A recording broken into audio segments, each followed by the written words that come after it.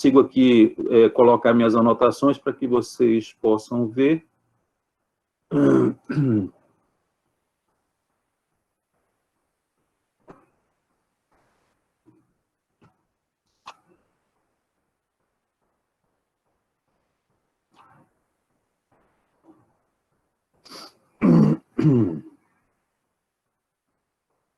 Vocês estão enxergando?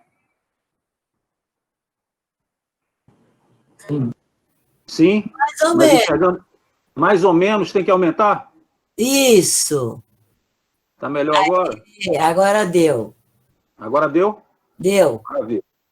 Eu vou recuperar um pouco a história do instrumento a partir da experiência, entre aspas, pioneira do Recife, até porque Tiago, que vem em seguida, ele tem um conhecimento muito maior, né, desse instrumento em João Pessoa. Tive já a oportunidade de ler uma parte da dissertação dele, muito boa, e também da tese. E, enfim, adiante ele, creio eu, também vai poder trazer aportes importantes aí para vocês. Tá? Então, as EIs, na verdade, elas foram criadas primeiro com a denominação de AEs, Áreas Especiais de Interesse Social. Foram criadas no Recife, em 1980, a partir de um decreto, porque a prefeitura ela quis captar recursos de um programa federal para a urbanização de favelas, denominado Promorar. A partir ali do final dos anos 70, o governo federal, ainda na ditadura, começou a desenvolver alguns programas, foram apelidados como reformistas, que não eram aqueles programas simplesmente de construção de conjuntos habitacionais na periferia. Teve programa de financiamento de materiais de construção, programa relativos a lotes urbanos, Profilurb, teve o FICAM, enfim. E teve o Promorar, para a urbanização de favelas. Adiante vai ter o João de Barros, para mutirões, enfim. Mas teve o Promorar, e ele se inseriu nesse contexto, no final dos anos 70, e nesse contexto tinha muito mais coisa rolando, né? A gente teve, vocês sabem, mais do que eu, que a gente teve um processo de urbanização acelerada, e em boa parte das grandes cidades a gente teve uma quantidade enorme de favelas, ou surgindo, ou sendo as antigas sendo adensadas.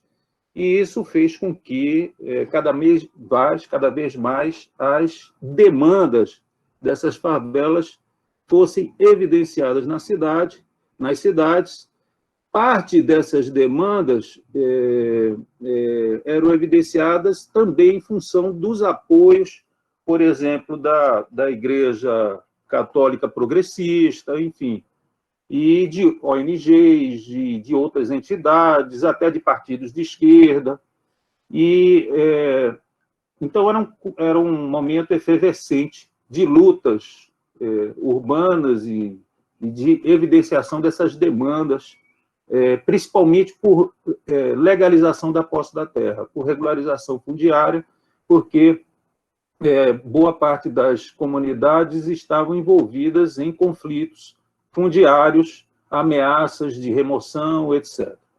Então, você tinha, nesse contexto, alguma mudança nos programas federais. Isso não quer dizer que a parte de provisão, de construção de conjuntos habitacionais na periferia não tivesse continuidade. Eles continuaram e predominavam em termos de recursos, de investimentos, mas, pelo menos, tinha esses novos programas no período.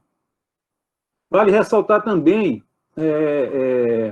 que esse debate sobre a urbanização de favelas ele já era um pouco antigo.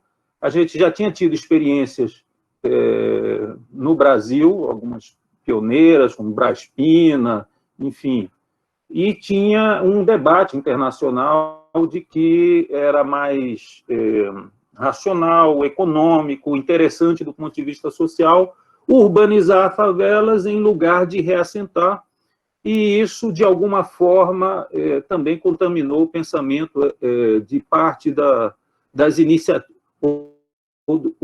de parte dos setores de agências de cooperação internacional. Para vocês terem uma ideia, lá no Recife, as EIs, elas foram criadas a partir de um levantamento de assentamentos populares que foi bancado pelo Banco Mundial.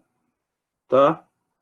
E no contexto nacional ainda, também vale ressaltar a Lei de Parcelamento do Solo Federal, Lei 6766, que, entre um dos seus artigos, previa que se poderia, enfim, regularizar, consolidar lotes com dimensões menores do que 125 metros quadrados. E isso para a habitação de interesse social. Então, você então tem uma conjunção aí de fatores que contribuiu para que, enfim, fossem criadas essas áreas. A denominação delas, elas já expressam muita coisa, né? Elas são áreas, depois vão virar zonas, mas elas são especiais por quê? Porque elas vão ter que ter regras, normas, parâmetros urbanísticos diferentes da cidade formal, né? Da cidade projetada pelos modernistas funcionalistas ou pela tecnocracia que usou muito dessas leis para contribuir para a valorização de terras e imóveis para o setor imobiliário. Então, ela é especial por isso. Tem que ter regras diferentes, porque as ruas têm tamanhos diferentes, os lotes têm tamanhos diferentes. Foi a cidade possível construída pela população que nunca teve acesso à moradia adequada e nunca teve acesso às melhores parcelas nas cidades. Então, por isso é que é especial. E é de interesse social, porque haveria, nesse contexto, um reconhecimento de que é de interesse da sociedade urbanizar essas áreas, promover as melhorias das condições de vida de uma população que nunca teve o Estado próximo levando políticas públicas, muito menos teria oportunidades a partir do mercado, né, do mercado formal. Então, por isso que é especial de interesse social. Especial porque tem regras próprias, de interesse social porque marca um reconhecimento da sociedade de atender aquelas demandas que são legítimas de quem nunca teve oportunidades, via políticas públicas ou via mercado. Em 1983, essas áreas especiais de interesse social, eu estou falando tudo isso, mas o quente vem depois.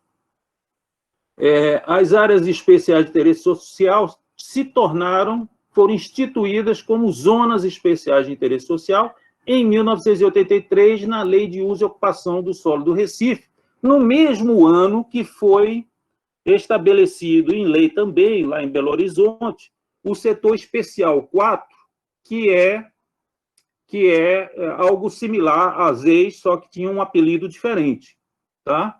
Então, teve uma época até que ficavam dizendo quem veio primeiro, o setor especial 4, isso não importa, gente. Sinceramente, isso é o que tem menos importância.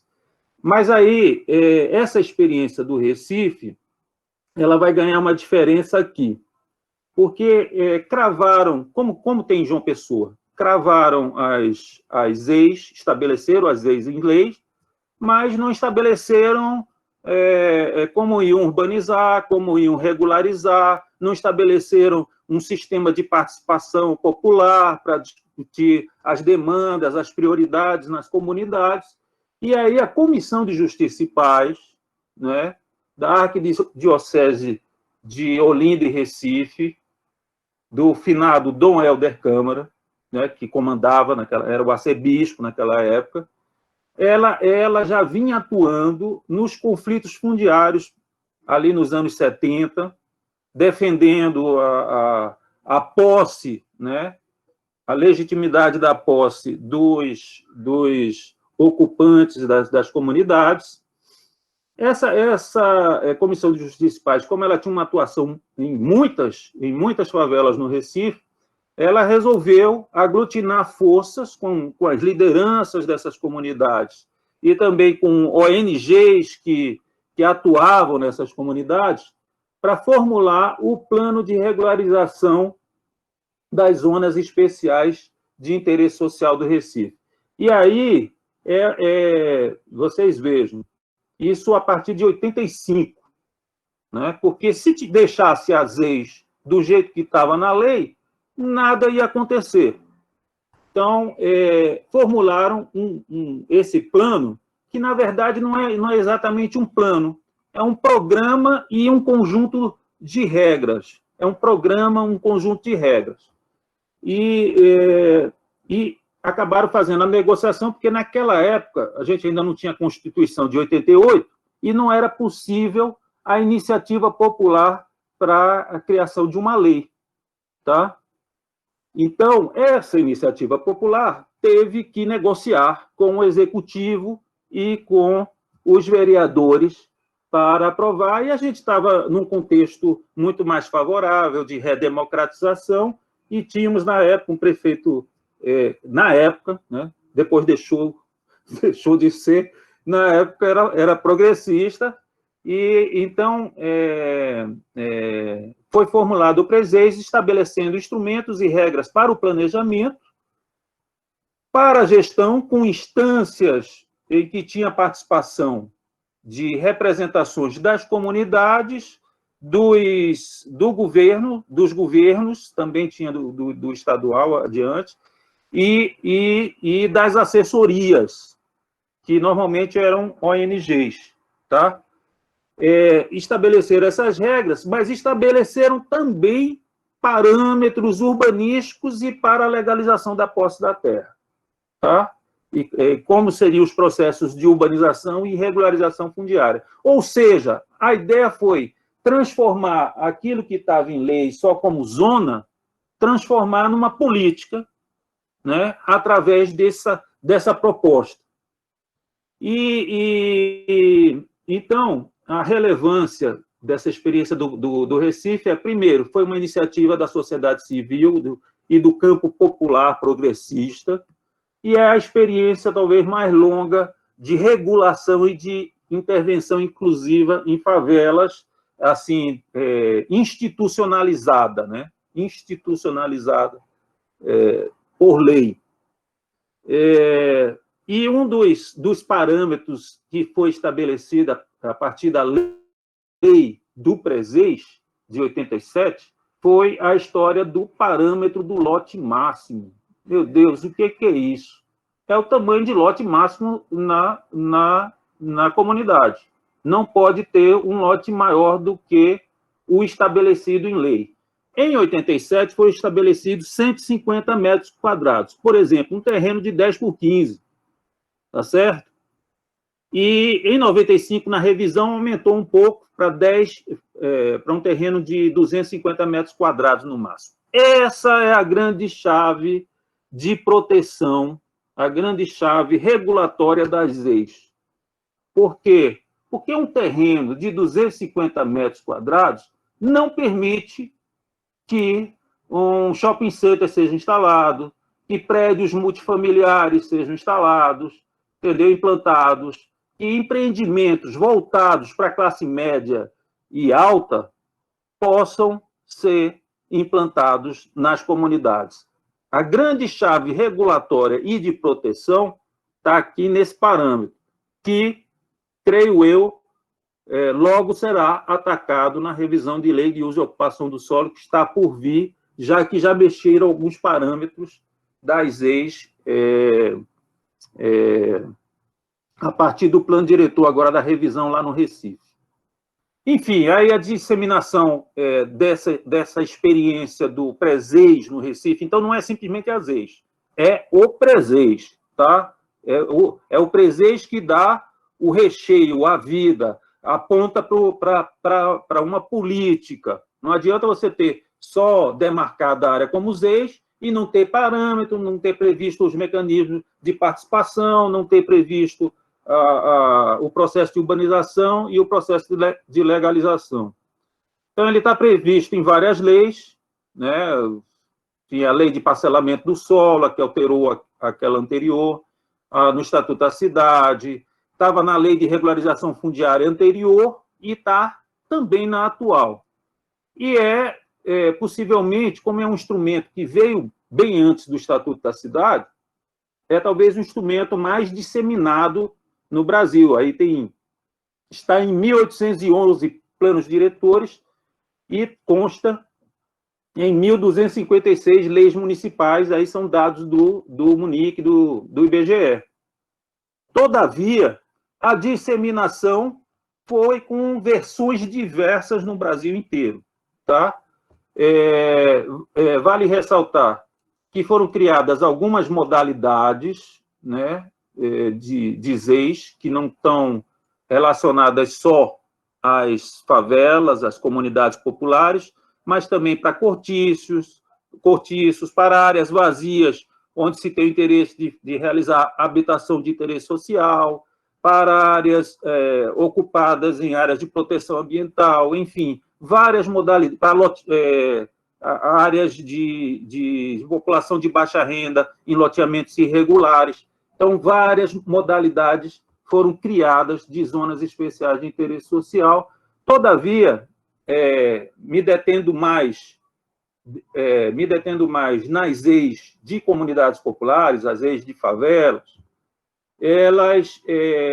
elas foram disseminadas, não com todos, mesmo várias leis no Brasil, reproduzindo um pouco do que está previsto na lei lá do Recife,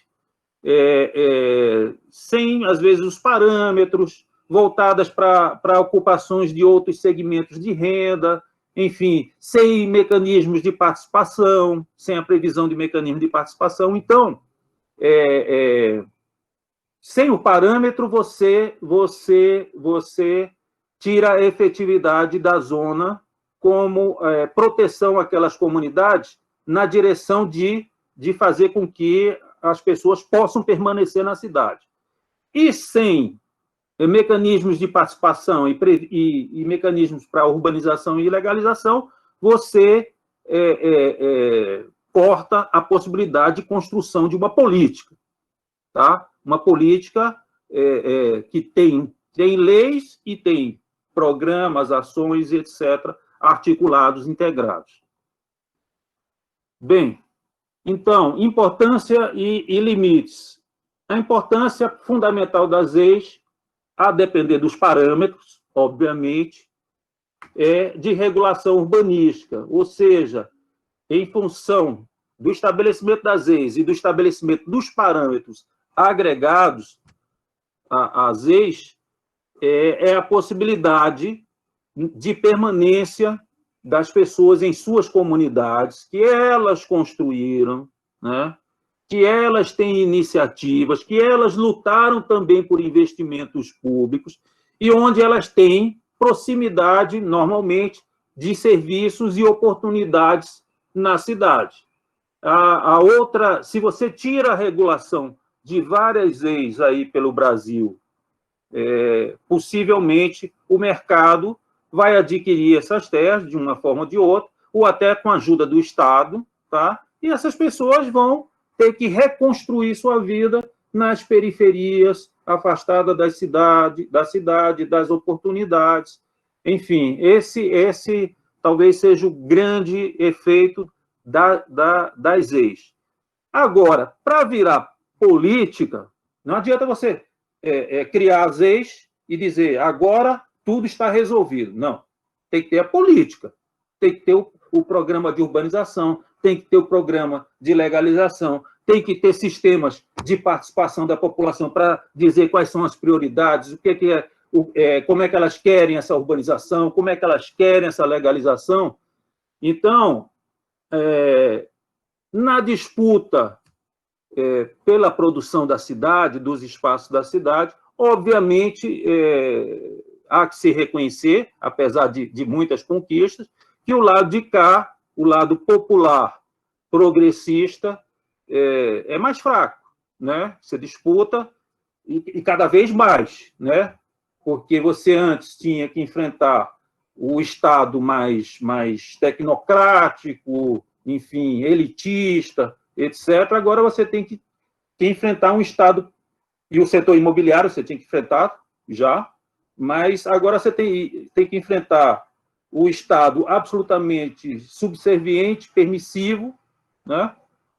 E o setor imobiliário com a financiarização muito mais forte para empreender na cidade, nas áreas que estão vazias e nas comunidades que eles encaram como se fosse quase um vazio também. Tá? Então, as desigualdades e os interesses dominantes têm diminuído a possibilidade de construção de políticas nessa direção de promoção de diversidade e justiça social, e vale ressaltar também que o abandono histórico, né, o abandono histórico em relação às comunidades, a naturalização da precariedade e da condição imposta de subcidadania, de vulnerabilidade, faz com que parte das comunidades, nessa luta por sobrevivência, e não acreditando mais no Estado e nas políticas públicas, comece a meio que desistir da luta por direitos. Tá? E isso eu tenho, assim, impressões pelos contatos que eu continuamente tenho com comunidades, que isso está sendo progressivo, né? As pessoas das comunidades que antes, sei lá, pegavam faixas, fechavam ruas e queremos moradia, queremos evitar, chega de inundações e tal. Infelizmente, essa condição por tanto tempo e a necessidade de sobreviver faz com que ou vá buscar soluções mais individuais ou coletivas, mais para o lado empreendedorista, né, dos negócios sociais, etc. Bem, ameaças contínuas que estão aí, não são só ameaças, são realidades, né? O ultraliberalismo, a financiarização, o ultraliberalismo retira o Estado, é o Estado mínimo, mas ele é mínimo para quem precisa, né? Ele é mínimo para os pobres, mas ele é máximo financiando as empresas, os negócios, enfim, bancando as infraestruturas da cidade como um negócio. Tá? E a financiarização está dando mais poder, fôlego para o setor imobiliário promover as reestruturações que queira nas cidades. Você, por outro lado, também tem no Brasil algo muito forte, que é um conservadorismo discriminatório, né? E as comunidades, elas sempre, a história das favelas é a história de culpá-las por todos os problemas da cidade, seja desde a doença, da perspectiva higienista, a questão da segurança. Então, as outras classes, as classes não populares, boa parte é conservadora, e você tem o problema dentro das favelas, das forças paralelas, né, do tráfico de drogas, tem milícias. Eu já soube, outro dia estava um companheiro de um movimento daí contando que, ao que parece, a Polícia Militar está tomando conta de algumas áreas, quer dizer, policiais militares, tomando conta e fazendo negócios imobiliários, já meio que apontando para um modelo de milícias que a gente vê por aí no Rio, enfim, em outros lugares. E você saiu a igreja progressista ali nos anos 80, a católica progressista, e entraram outras igrejas que aí não apontam nessa direção de lutas pelos direitos nas comunidades. Então, você tem situações de remoções, de regulação, gentrificação, reestruturações. Você passa a não ter mais políticas urbanas e habitacionais redistributivas, inclusivas. Você tem omissão, abandono e investimento regressivo. João Pessoa tem esse caso agora, mas bem recente, né, do Fundurb, estava previsto no plano diretor para ser destinado às ex e deixou de ser, né? E você tem um aumento da precariedade e dos riscos que são usados como justificativa para remoções e reassentamentos, como políticas higienistas que João Pessoa gosta muito de praticar, né? Seja no PAC, seja nesse ensaio aí, desse plano estratégico aí com o BID. Então, desafios, colocando aqui, o fortalecimento de uma perspectiva mais crítica e ampla em relação à produção do espaço. Em verdade, é um desafio muito grande, porque quando a gente vai conversar em comunidade, a situação de precariedade é tão grande, você tem problemas tão urgentes, que é muito difícil você não estar envolvido, primeiro, para tentar resolver alguns dos problemas mais urgentes, e que são problemas estruturais importantes, e às vezes, acaba secundarizando o debate de que essa produção do espaço desigual da cidade que leva com que as comunidades estejam ainda nessas condições de hoje. E, por exemplo, qual é a comunidade, qual é a pessoa da comunidade que associa a construção de empreendimentos imobiliários em outra parte da cidade como algo negativo para ela? Essa é uma discussão difícil, mas você pode crer que parte daqueles investimentos privados, tendo ali infraestruturas públicas que toda a sociedade está pagando, e está pagando para viabilizar o empreendimento privado em lugar de estar urbanizando favela. Então, esse tipo de debate precisa ser recuperado nas comunidades. É verdade também que nós temos um problema, e aí eu não estou demonizando algumas lideranças mais tradicionais e tal, mas é verdade, sim, que parte das lideranças, digamos, mais antigas, parte mais antiga, mais tradicional, de comunidade, acabou estabelecendo não apenas, acabou tendo sua ação não apenas burocratizada, mas enredada por relações particularistas. O que eu estou querendo chamar de particularista? É aquela coisa da troca de favor, do privilégio, e até da luta pela sobrevivência. Parte deles estão em gabinetes, né, de parlamentares, ou tem parentes que vão prestar serviço ao executivo. Então, tem esse conjunto de relações, e aí, obviamente, isso é uma questão difícil de enfrentar, mas isso atrapalha muito, né, no sentido de pulverizar as demandas, de fragmentar as lutas, e de chegar só nas comunidades, não à urbanização ampla, mas chegar àquele calçamento de rua, sem fazer o sistema de drenagem, sem ter implantado o esgoto, enfim, isso ocorre bastante. Então, tem o desafio aí de articulação dos coletivos, dos movimentos que defendem o direito à moradia, à cidade, em defesa dos assentamentos populares, porque você tem coisas também muito bacanas. Por exemplo, teve a história do Ocupa Estelita em Recife, que foi super bacana.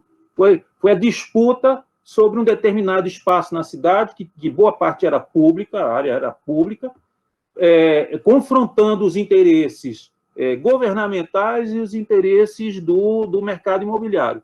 Foi super bacana. Essa energia que tem ali para um Ocupa Estelita precisa ter essa energia de movimentos, né, de articulações para defender os assentamentos populares.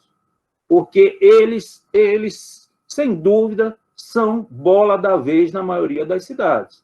Tá? As ações de remoção aí estão correndo soltas, tá? Os planos e projetos são escancarados e higienistas. Então, e um outro desafio, porque eu por exemplo, eu discuto muito lá o Presege, o sistema de gestão, meio que caducou, ficou meio...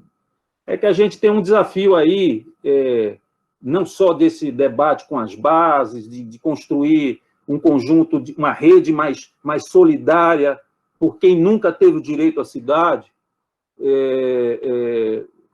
mas a gente tem o desafio também do campo institucional. Se eu concordar com a Hermínia que parte do esforço institucional, ou a prioridade, talvez, em relação ao institucional, pode ter atrapalhado essa luta nas bases, eu diria que nós, num país de desigualdades enormes como essa, e na luta por direitos, nós não vivemos sem institucionalidade, sem leis e sem meios para que essa população que nunca teve direitos possa se expressar. Ela vai poder se expressar, às vezes, por movimentos, ocupando radicalmente, vai ocupar a prefeitura, mas isso não dura para sempre. Então, é preciso, sim, pensar em mecanismos, em leis. Se os outros não funcionaram bem, a gente vai ter que pensar em novas formas mais amplas de participação direta, participação direta da população. A gente tem sistemas muito representativos aí que lideranças acabam ficando por muito tempo, né, representando determinadas comunidades, e a gente precisa arejar isso tudo com novas formas. Eu tenho fé aí na juventude, eu tenho fé aí na turma aí da comunidade São Rafael, né, que pode aí talvez apontar outros caminhos para que a gente possa enfrentar esses desafios. Eu tirei uns pedacinhos aqui do plano diretor de João Pessoa, mas eu não vou nem falar, porque Tiago deita e rola em relação a João Pessoa, então vou passar a bola aí já para o Tiago. Beleza, Alexandre? Beleza, Demóstenes. Como sempre. Você é o cara das leis, rapaz.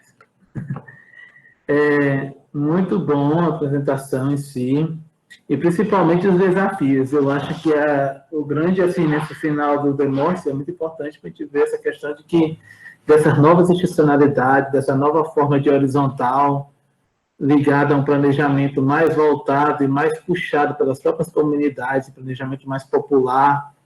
Então, existem várias experiências nacionais, então, uma das coisas que a gente está também tentando vai dialogar aqui em outro momento, nesse ciclo de conversas, sobre essa questão dessa outra forma, né, de horizontal, de planejar e tal, com maior autonomia. Passaria agora a voz para Tiago. Tiago, fica à vontade para começar, quando achar necessário. Muito boa noite, Alexandre, a todas e todos presentes aqui nesse encontro virtual. Agradecer o convite, dizer que Alexandre também me convidou para um bate-papo, e quando eu me dei conta, estava divulgado no Brasil inteiro, com um folder muito bonito e tal, mas eu vou ser fiel à proposta, vou tentar levar a coisa como um bate-papo, e vou tentar, no tempo que me cabe, lançar algumas provocações, tentar estimular o debate para que, na horizontalidade do bate-papo, que vai se seguir a essa fala inicial, a gente possa avançar aqui nas discussões, tá?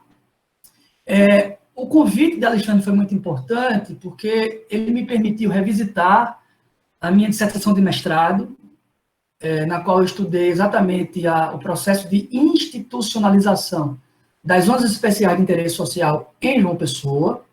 Ela foi defendida no ano de 2012, então muita coisa que já estava mais apagadinho na memória, eu tive que buscar, porque no doutorado já estudei ocupações de sem-teto em João Pessoa, né, a luta na ação direta. E essa minha trajetória, né, de estudar um dispositivo jurídico urbanístico, depois partir no doutorado para estudar a ação direta, essa trajetória vai se confundir um pouco com a minha fala, com o que eu vou apresentar em seguida. Então, eu começo dizendo, para todos e todas, que os estudiosos da questão urbana no Brasil e no mundo, né, no Brasil é uma questão bem latente, eles têm tentado se equilibrar numa espécie de corda bamba entre a ação direta e a luta institucional. No contexto atual, o contexto atual é amplamente desfavorável às duas frentes. Então, se nós não caímos ainda, estamos quase caindo desta corda bamba. Autores como Ana Clara Torres Ribeiro, Marcelo Lopes de Souza, dentre outros tantos, o professor Arlete, que se faz aqui presente, isso é uma discussão, direta ou indiretamente, muito presente nos textos de quem se dedica a estudar a questão urbana, né? Como bem disse Demóstenes, há um aparato jurídico, vivemos um Estado capitalista, essa boa parte das conquistas sociais, as que têm alguma efetividade, efetivaram-se porque elas foram, de algum modo, parar dentro da ossatura material legal brasileira, mas, ao mesmo tempo, muitas dessas políticas, e a ZEI é uma delas, a ZEI é uma política que se encaixa, desde o meu ponto de vista, nesse exemplo, muitas não funcionam, e muitas funcionam ao contrário do que deveriam funcionar, considerando as aspirações de uma cidade, pelo menos injusta. Daí porque eu vou continuar dizendo que essa minha trajetória de sair do estudo no mestrado de um dispositivo legal para ação direta revela um pouco da minha reflexão política e o meu completo, como é que eu posso dizer? O meu posicionamento absolutamente cético em relação às possibilidades contidas nas lutas institucionais. Não quero dizer com isso que devemos abandonar, mas durante algum tempo a luta institucional e os resultados das lutas institucionais seduziram muito boa parte dos intelectuais e mesmo membros de movimentos sociais, no sentido dessa atuação por dentro do Estado e de garantir por meio das leis. E a política de ZEI talvez seja exemplar do como essa luta, que não deve ser abandonada, deve ser vista com os dois pés atrás, em função dos enormes riscos que elas colocam. Então, eu vou tentar buscar na experiência de João Pessoa, que eu acompanhei, alguns exemplos que, desde meu ponto de vista, me ajudam a reforçar esse argumento, de algum modo. Então, João Pessoa é uma cidade muito interessante para a gente compreender do ponto de vista das lutas sociais urbanas, porque quase todos os autores que estudaram alguma experiência de luta popular urbana aqui em João Pessoa, ao se referirem ao passado, ao se referirem àquilo que antecedeu a essas lutas, falam de uma cidade onde não existiam lutas. Uma cidade onde os movimentos sociais eram vistos como desorganizados, as lutas frágeis. No trabalho que eu fiz para o doutoramento, eu questiono um pouco essa visão, até porque onde há dominação, há resistência, né? Já diria Anastasia Sessenho, faz parte da unidade contraditória da realidade dialética. Então, onde há dominação, há resistência, e eu penso que, às vezes, nós temos dificuldade de enxergar as diversas formas de resistir, o fazer da resistência específico das camadas populares. Então, é um pouco disso que eu vou buscar aprender com os movimentos sociais no meu doutorado, e esse fazer, ele me ensina muito. Então, a cidade de João Pessoa, ela é vista por diversos autores como essa cidade de movimentos sociais desorganizados, fragilidade de lutas sociais, etc, etc. Curiosamente, na virada dos anos 90 para os anos 2000, quando diversos autores, a professora Ana Clara Torres Ribeiro é uma delas, começa a falar de uma crise dos movimentos sociais, daqueles movimentos sociais que se consolidaram e tiveram um protagonismo considerável nas lutas pós-redemocratização, ou durante o processo de redemocratização. E muitos autores entendem que a virada dos anos 90 para os anos 2000 corresponde a um momento crítico desses movimentos. Graças, em muitos casos, a experiências de participação popular que se converteram em experiências de cooptação, de desmobilização das frentes de luta, etc. Curiosamente, João Pessoa, nessa virada dos anos 90 para os anos 2000, vive uma efervescência das lutas populares urbanas, considerando a nossa realidade. Se nós fizermos um levantamento dos conflitos que foram veiculados e que foram publicizados por quaisquer organismos de imprensa, ainda que com aquele olhar preconceituoso que a gente já conhece, a década de 90 e o começo dos anos 2000 são décadas em que você percebe uma efervescência de ocupações, de ações de bloqueio de rodovias, bloqueio de vias, enfrentamento, ocupação de prefeitura. É um contexto que me parece, pelo menos das realidades que eu conheço, e dessa perspectiva mais geral que está presente em muitos autores, que esse período, a virada dos anos 90 para os anos 2000, seria um momento de crise dos movimentos sociais. João Pessoa está lá, destacando-se, vivendo um cenário de lutas populares bastante efervescentes, bastante ousadas. Bom, é nesse contexto que se forma um grupo político bastante particular na cidade de João Pessoa, um grupo político que orbitou em torno da figura do Ricardo Vieira Coutinho, que todos aqui presentes devem conhecer, foi governador do estado, foi prefeito da cidade. E ele é um ator político, né, um sujeito político, melhor dizendo, que vem dessas lutas populares urbanas dos anos 90. São elas que catapultam este político a os cargos que ele ocupou, de vereador, depois de deputado estadual e posteriormente de prefeito. Bom, é nesse contexto de mobilização dessas lutas e de ascensão desse grupo político que vai se dar o processo de institucionalização das zonas especiais de interesse social em João Pessoa. Então, neste aspecto, a minha fala se conecta um pouco com a fala do Demóstenes, que, ao se referir ao contexto mais recente de Recife, ele aponta uma determinada figura política que era progressista, ele usa essa expressão, era progressista, e que depois se converteu. Exemplos como esse, Demóstenes e os demais, são multiplicados em várias cidades brasileiras, né? Não é um aspecto particular de João Pessoa ou de Recife, o que talvez reforce o meu argumento desses perigos todos da luta institucional.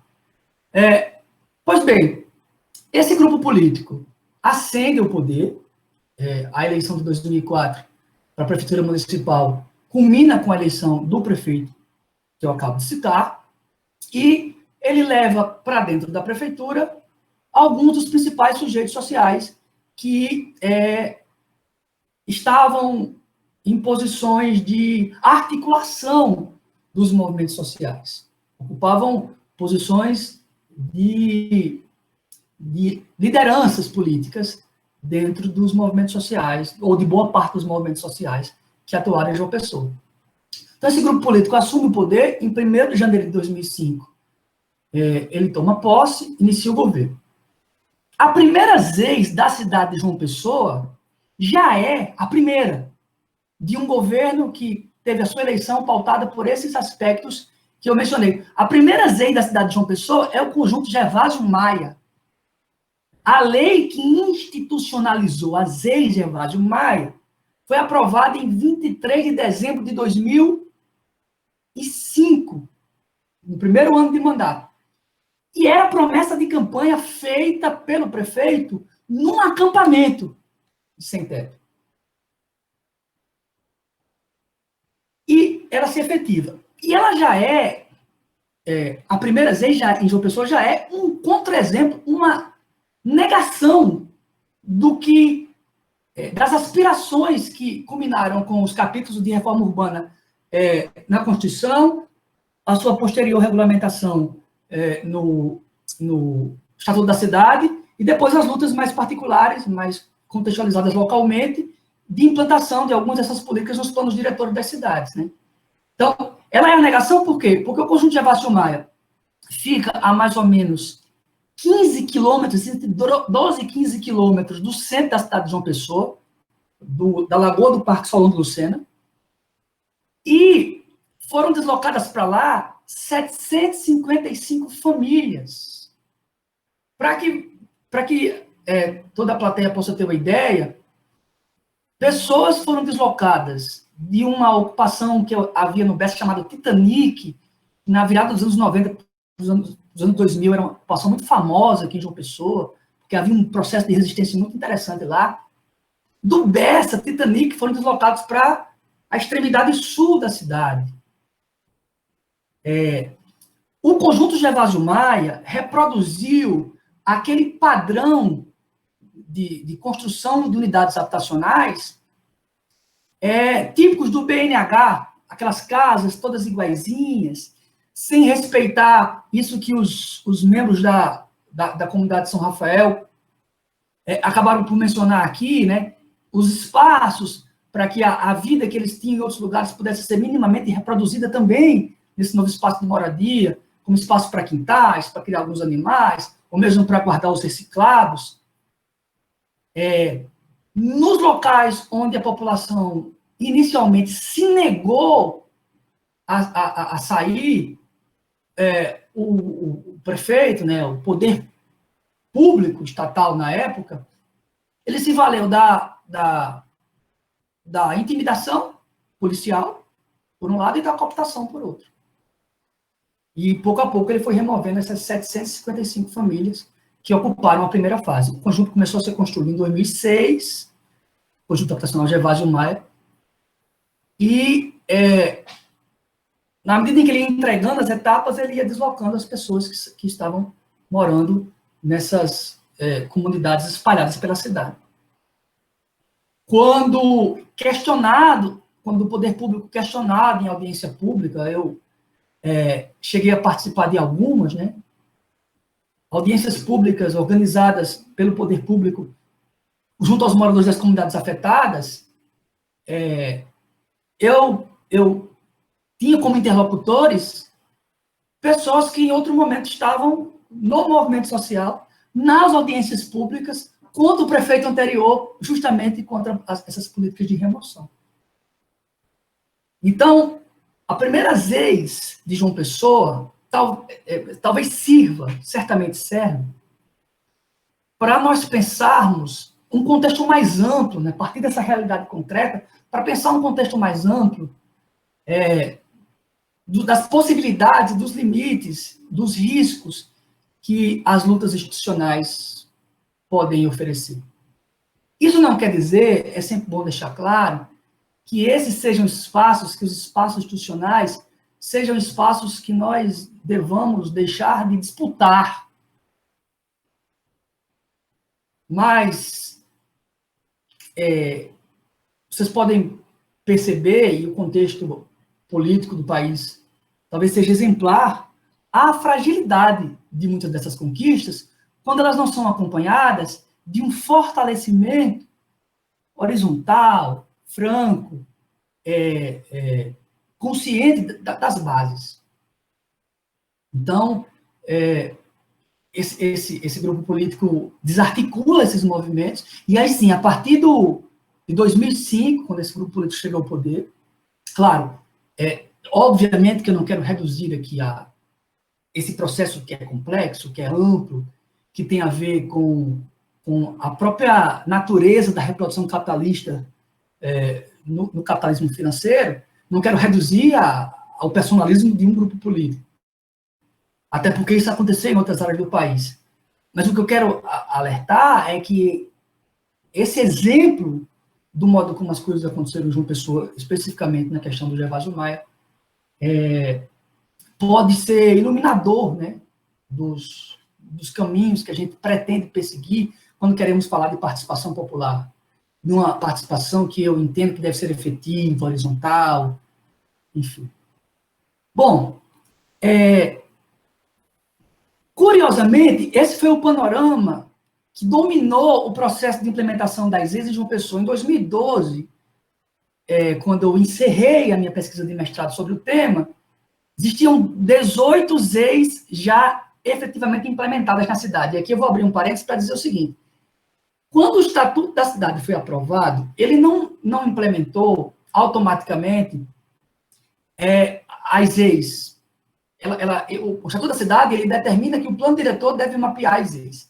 Então, não havia uma amarração mais geral em relação às EIs, de modo que cada EIs, para ser institucionalizada, precisa de uma lei específica. Portanto, essas 18 EIs que eu estudei de uma pessoa, foram 18 projetos de lei, tiveram que passar pelos trâmites dentro da prefeitura, dentro da Câmara de Vereadores, normalmente encampado por um vereador que tinha alguma base eleitoral naquelas comunidades que passariam a ser consideradas EIs, e esse vereador apresentava o projeto, ele passava por todo o trâmite. Em 2012, quando eu concluí minha pesquisa de mestrado, eram 12 EIs implantadas em João Pessoa.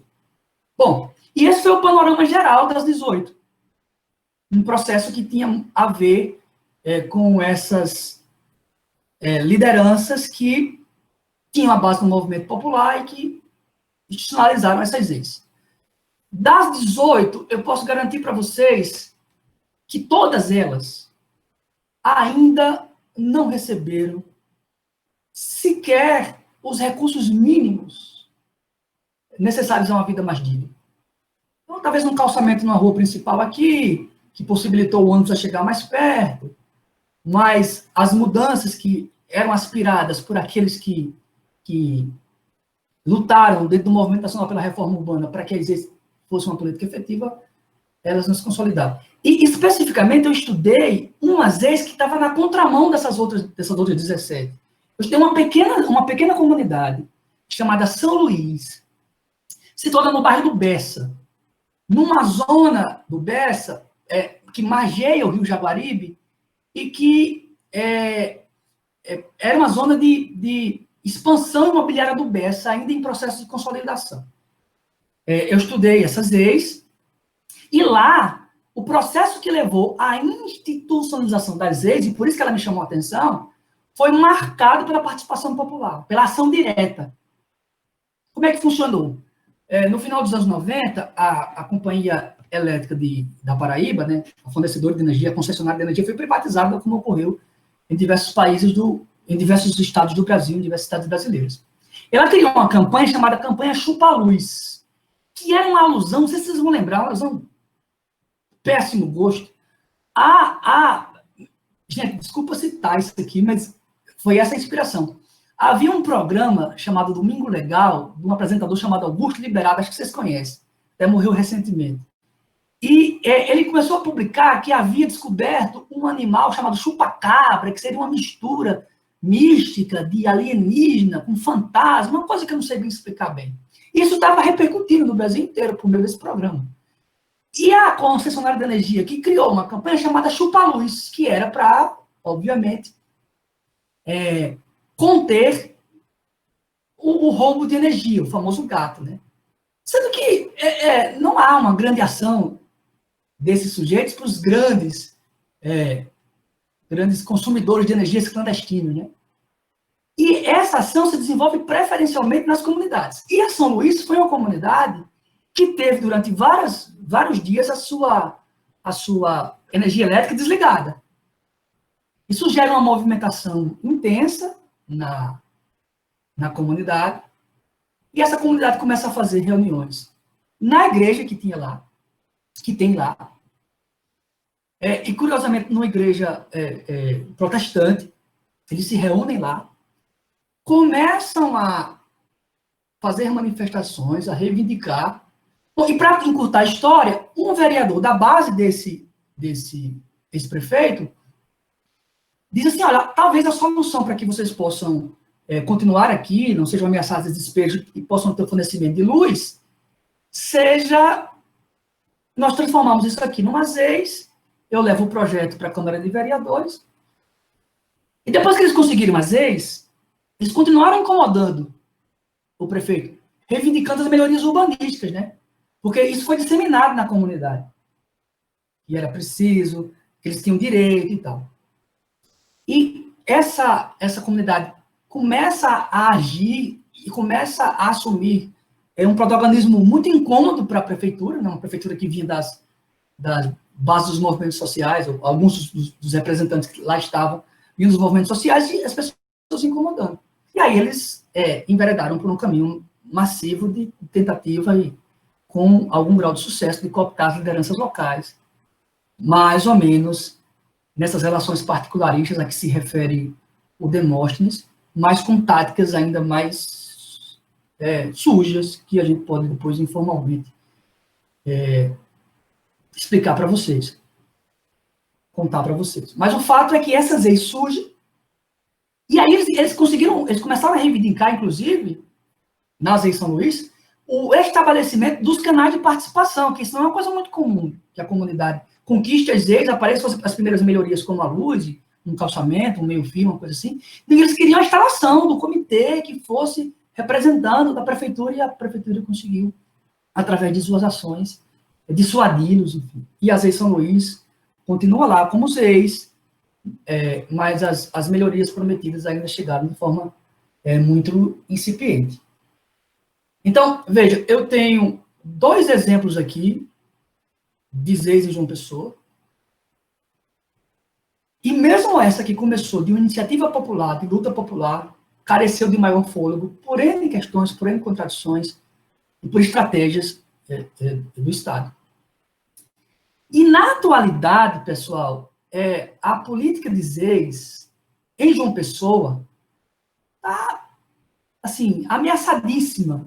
O que poderia haver de bom nela? Porque, como bem disse o Demóstenes, a Lei 13.970, de junho de 2020, ou seja, aprovada recentemente, ela altera a destinação do Fundurb.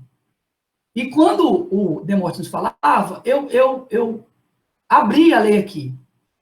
E ela vai dizer o seguinte, os recursos do Fundurb serão aplicados obrigatoriamente e lista 8 itens em que eles deveriam ser obrigados. Anteriormente, era prioritariamente, fundamentalmente para as leis. E eu vou dizer só um item que eles colocaram como recurso prioritário do Fundurb aqui, que eles dizem assim, ó, no item D, ordenamento e direcionamento da expansão urbana.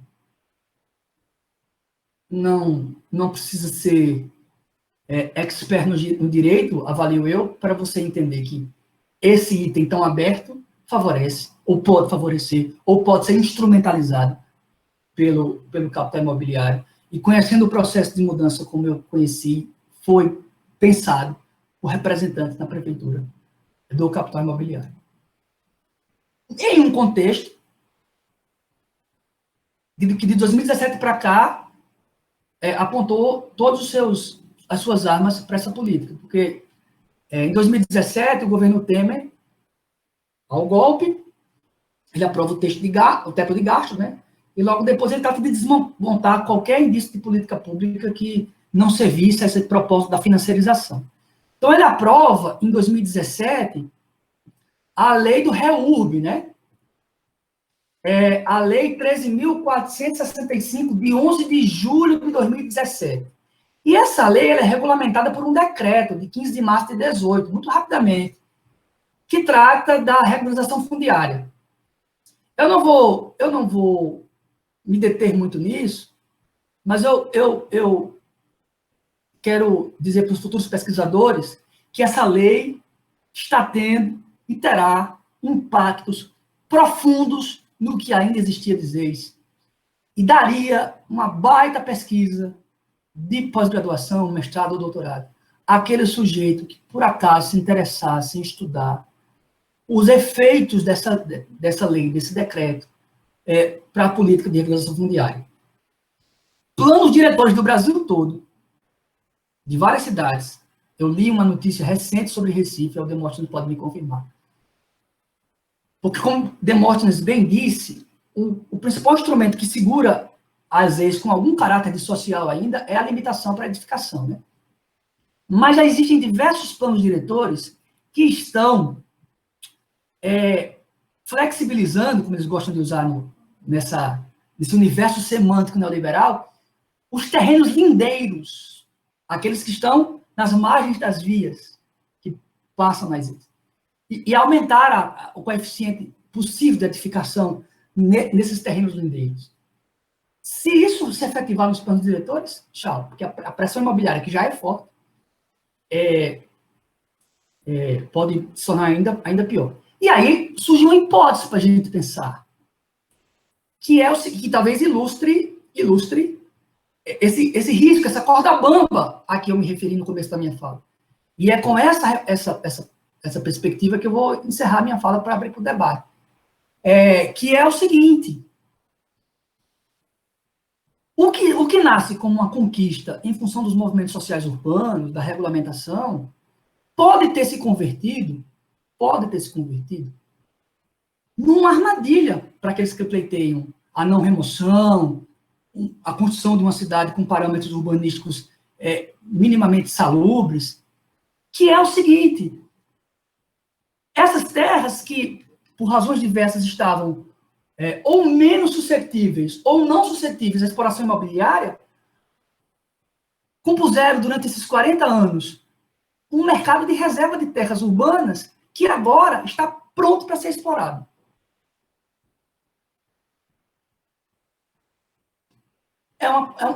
E essa lei de 2017 e esse decreto de 2018 vão nessa direção.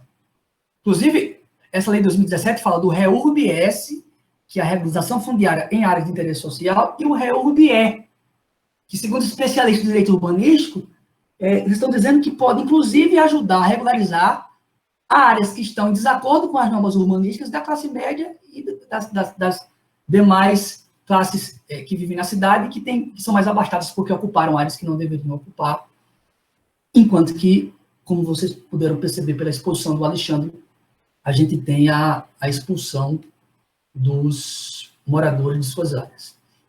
E, muito rapidamente, dizer para a professora Arlete o seguinte, professora Arlete: o Promorar, que se desenvolveu no conjunto dos Grotões e que, ao mesmo tempo, se desenvolveu na favela Beira Rio, na então favela Feira Rio, atual bairro São José, foi um dos motivos, na virada dos anos 70 para os anos 80, de alguns dos maiores movimentos populares urbanos da cidade de João Pessoa. Justamente a resistência ao Promorar. E muito em função das remoções que ele provocava. E, mais uma vez, 40 anos depois, o bairro São José, que lutou lá atrás contra o Promorar, está lutando para não ser removido, para que o seu direito à cidade, mínimo que seja, melhor, seu direito ao espaço onde, historicamente, ele constituiu sua moradia, seja respeitado. Então, fico por aqui, espero não ter cansado, mas pelo menos eu consegui fechar em 30 minutos. Muito obrigado e boa noite para todos e todas.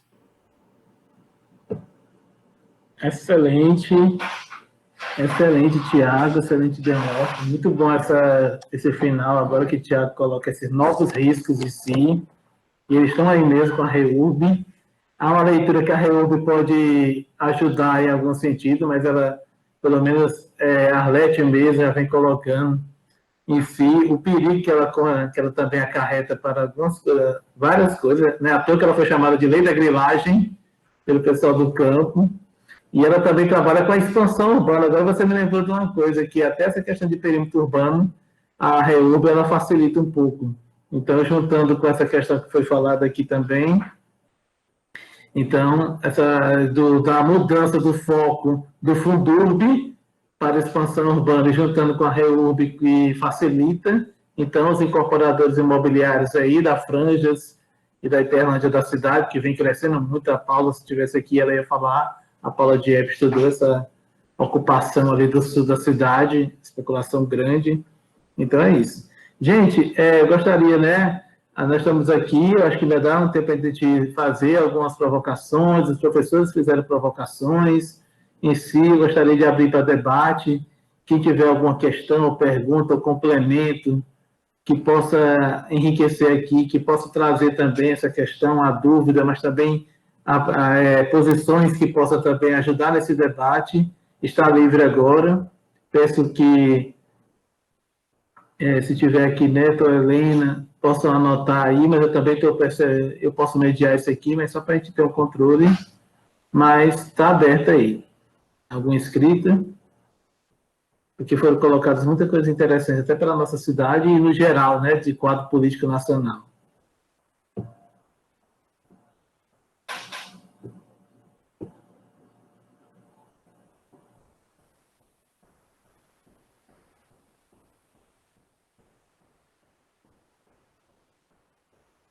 E aí?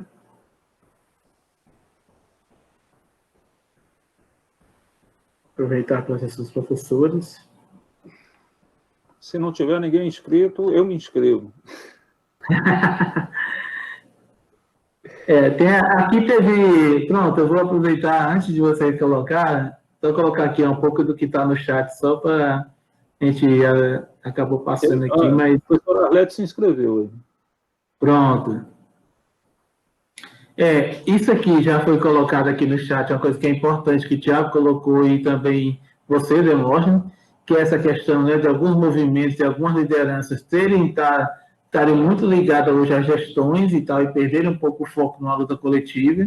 E se falou numa ação direta, como é que seria essas ações diretas? Como o Thiago exemplificou aí, algumas comunidades no decorrer histórico da própria cidade de João Pessoa, que são famosas. Ele não falou, mas o nome, né, foi criado lá no São José, antes de ser São José, era Beira Rio. Então, foi criado o movimento, a União da Beira Rio, que foi um dos movimentos mais fortes de resistência e populares, urbanos, da cidade de João Pessoa, justamente ligado ao Promorá, como ele coloca.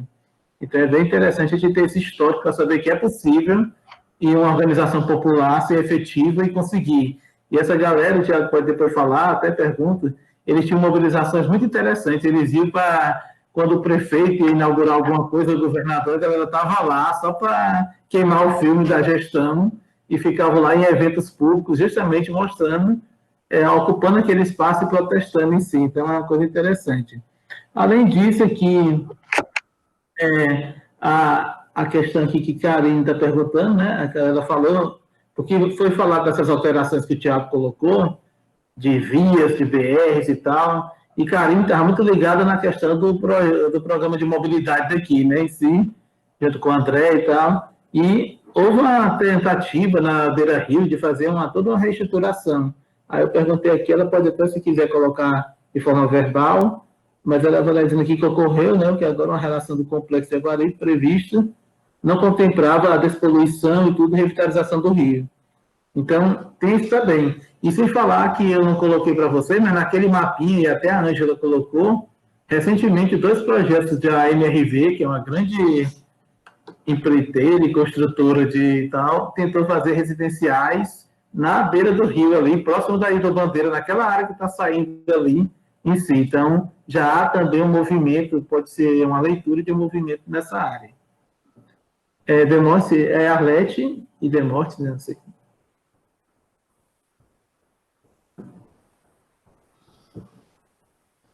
Minha pergunta é muito simples. Primeiro, esse conjunto, que eu esqueci o nome, de 2005, ele era demarcado como ZEIS? Gervásio.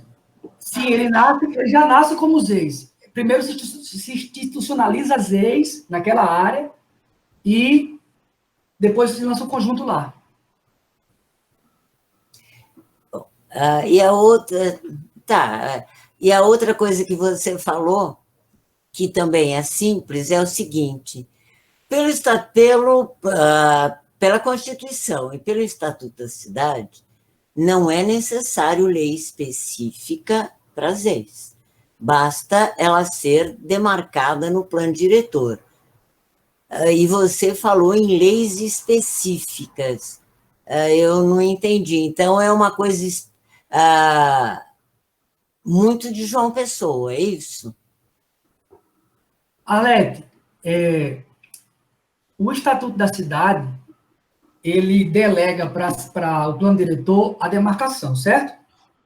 Mas, uma vez que elas estão demarcadas, pelo menos em João Pessoa aconteceu assim, elas estão demarcadas, estão integradas ao plano diretor como passíveis de serem consideradas ZEIS, certo? E para que elas virem ZEIS, é preciso todo um trâmite na Câmara de Vereadores e que ela seja aprovada por lei específica para aquelas ZEIS. Bom, então isso é específico, Tiago, isso é específico de João Pessoa, tá? Porque, na verdade, ao ser demarcada, ela já se torna uma zona especial de habitação de interesse social. O que é necessário é, se for feita, se ela for ocupada, a regularização das vias, etc. Ou seja, a urbanização de favela é um projeto específico, mas não é uma lei específica. Então, esta é uma especificidade do plano diretor de João Pessoa.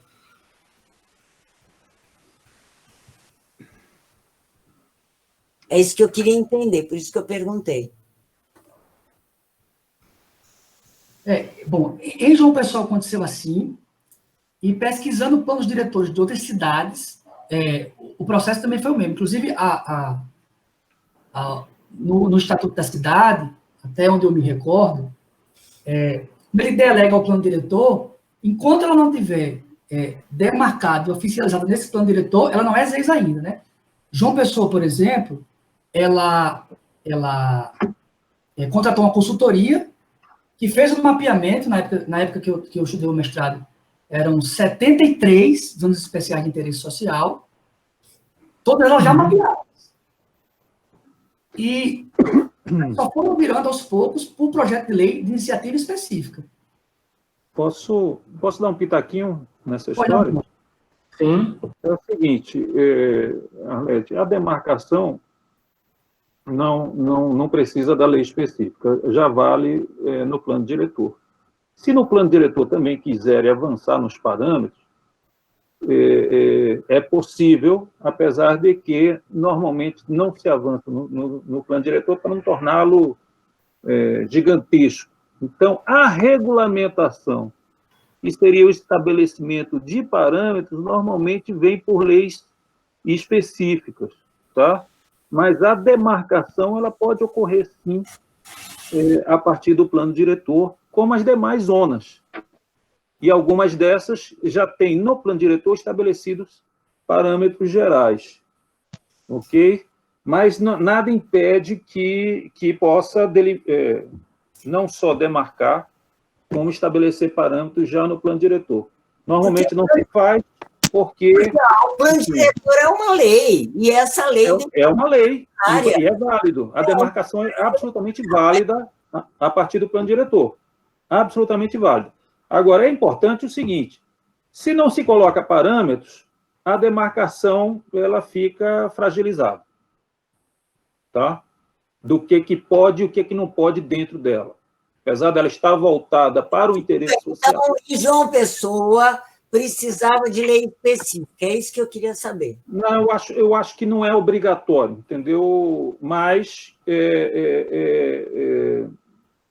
a regulamentação, com o estabelecimento de parâmetros, etc., eu acho que vem por lei específica. Normalmente ocorre a lógica de plano diretor e as leis que regulamentam alguns instrumentos que estão no plano diretor. Trabalhei em 2 planos diretores de São Paulo, trabalhei no plano diretor de Santo André, no plano diretor de Osasco, só para dar alguns exemplos, e nenhum deles precisava de lei específica. Então, eu estou achando... Não, isso que eu perguntei, foi só uma pergunta, né? Não, e você não está errada na sua pergunta, não. O seu raciocínio está correto. Não é obrigatório ter a lei específica. Normalmente se recorre à lei específica para, enfim, não ampliar para cada zona o estabelecimento de parâmetros a partir do próprio plano diretor. Tá? Normalmente. Mas é verdade, São Paulo é uma peça enorme, aquele plano diretor, e tem parâmetros para todos os tipos de ZEIs. Aliás, são 5 tipos lá em São Paulo. Mas, enfim. Sim, Alexandre. Só uma coisa, aqui, né, o plano em si, né, desde 2005 são criadas algumas leis, assim, pontuais, às vezes foram jogadas, assim, por diário oficial, 2005, 2010, 2012, ainda surgiu uma das últimas, assim, em si. E uma coisa também, né, para a gente ver esse diferencial, é justamente o Fundurb, da forma que é feito aqui, também não tem em outros lugares destinado para as leis, ele não tem em todos os lugares, então há algumas especificidades, e o governo do Ricardo Coutinho, que inclusive fez umas coisas interessantes na época, como a topografia social, aquela que teve em São Paulo, que a Esposati fez lá em São Paulo, foi feito aqui esse estudo também, que é uma coisa bem que também não tinha em todos os lugares, então teve algumas coisas progressistas em si, né, um viés progressista, outras em si, assim como também leis que, como a do altiplano, que já quebrava o plano diretor pelo meio e deixava-se verticalizar aquelas áreas que são bem comuns em várias cidades. Eu queria só chamar a atenção aqui de uma coisa, que é que o Josenaldo está colocando aqui no chat, sobre ocupações recentes, como ele está colocando aqui, a Dubai, Mangabeira, o pessoal do Aratu, que o Rafael que estuda muito essa expansão para o sul da cidade, comunidades que estão surgindo agora, que estão se inserindo, que tem o pessoal de luta lá, mas ao mesmo tempo, como elas entrariam, né? Como seria a perspectiva para quem está surgindo agora? Eu sei que a REURB não é de 2016, que ela abarca quem está até em 2016, e o que seria a forma de cá, se as ex ainda abarca essas pessoas, como elas poderiam lutar para ser ex? É a pergunta dele aqui, do Josinaldo, do Movimento Periferia Viva. Bem, o estabelecimento de zonas na cidade, de zoneamento na cidade, normalmente é proposto pelo Executivo e submetido à Câmara. Isso pode ocorrer em plano diretor, pode ser complementado e detalhado em leis de uso e ocupação do solo, e pode ainda ser mais detalhado ainda e ter outras regulamentações complementares em leis específicas. Tá? Como é um estabelecimento de uma zona, vai depender dos parâmetros que estão estabelecidos em ZEIs, para saber que tipo de assentamento pode ser abarcado por esse instrumento. Tá? Então, boa parte das leis no Brasil coloca que não podem assentamentos que estão integralmente em áreas de proteção ambiental ou debaixo de linha de tensão ou à margem de ferrovia, esse tipo de coisa. Né? O que ocorre, na maior parte das ocupações, é que elas têm subáreas nessa condição e tem outras partes que não estão nessa condição. O que, ao meu ver, permitiria o estabelecimento da zona para ela de uma maneira ampla, obviamente com tratamentos específicos para as subáreas. Tá? Então, uma outra questão importante é que com a REURB é possível a regularização de ocupações que não tenham os 5 anos, mas aí eu concordo também com o Tiago e também com as apreensões de Alexandre, que a REURB ela veio para disponibilizar terras para o mercado. Tá? E isso também as terras regularizadas da população de baixa renda. Agora, isso é um debate, apesar da lei ser nova, e estar nessa perspectiva ultraliberal, esse é um debate complicado e antigo no âmbito progressista também, tá? Que é a coisa da propriedade privada. Porque quando a gente discute ZEIS, a gente está debatendo direito à moradia, e não necessariamente esse direito à moradia ele deveria, digamos, tem que ser concretizado necessariamente como propriedade. Tá? Você pode viver numa terra concedida por poder público, você pode viver numa terra de locação social, enfim. Então, há várias outras alternativas, a discussão sobre propriedades coletivas, que você tem vários experimentos no mundo, né? Desde as cooperativas uruguaias até as community land trusts por aí, né? Então, eu acho que esse é um debate complicado até no ambiente progressista, porque você vê que parte dos movimentos e dos coletivos progressistas não abriram mão da propriedade individual. E essa propriedade individual vai estar aberta ao mercado, e quem tiver mais força, leva. Não é? No final das contas, é isso. E aí tem um debate, porque as pessoas não têm a propriedade, porque o quê? Elas são subcidadãs. Então, tem todo um debate complicado, mas eu acho que, por lei, e por princípio, e por fundamento, a sociedade tem a obrigação de garantir o direito à moradia a quem não tem, e não necessariamente o direito à propriedade. Tá? E está muito certo a observação de Tiago, que é uma preocupação que está muito expressa num panorama mundial referente às favelas como reserva de valor, que a Raquel Ronick coloca, porque ela foi relatora do direito à moradia adequada na ONU e observou uma quantidade enorme de remoções, enfim, e realmente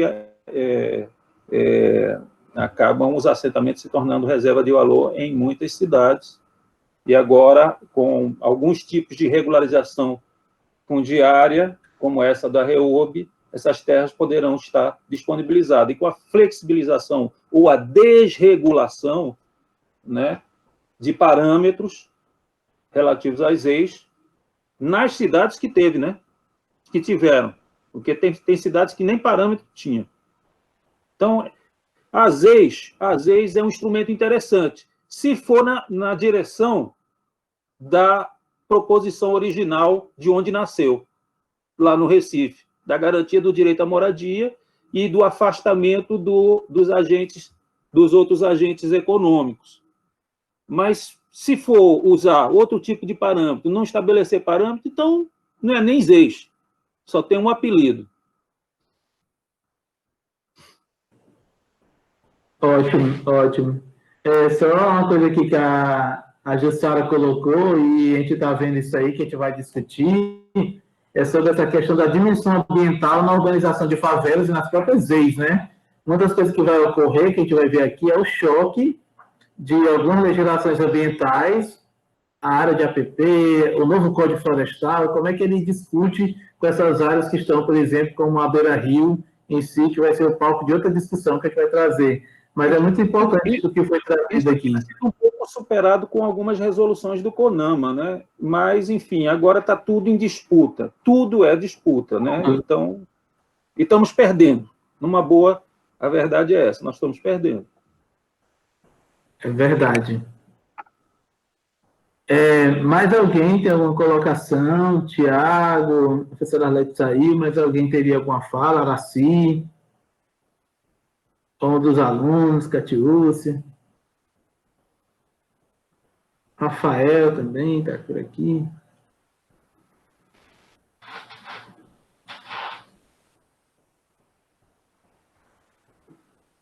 Ok. Então, deixa eu ver se ninguém se manifestou, né? Escreveu aqui.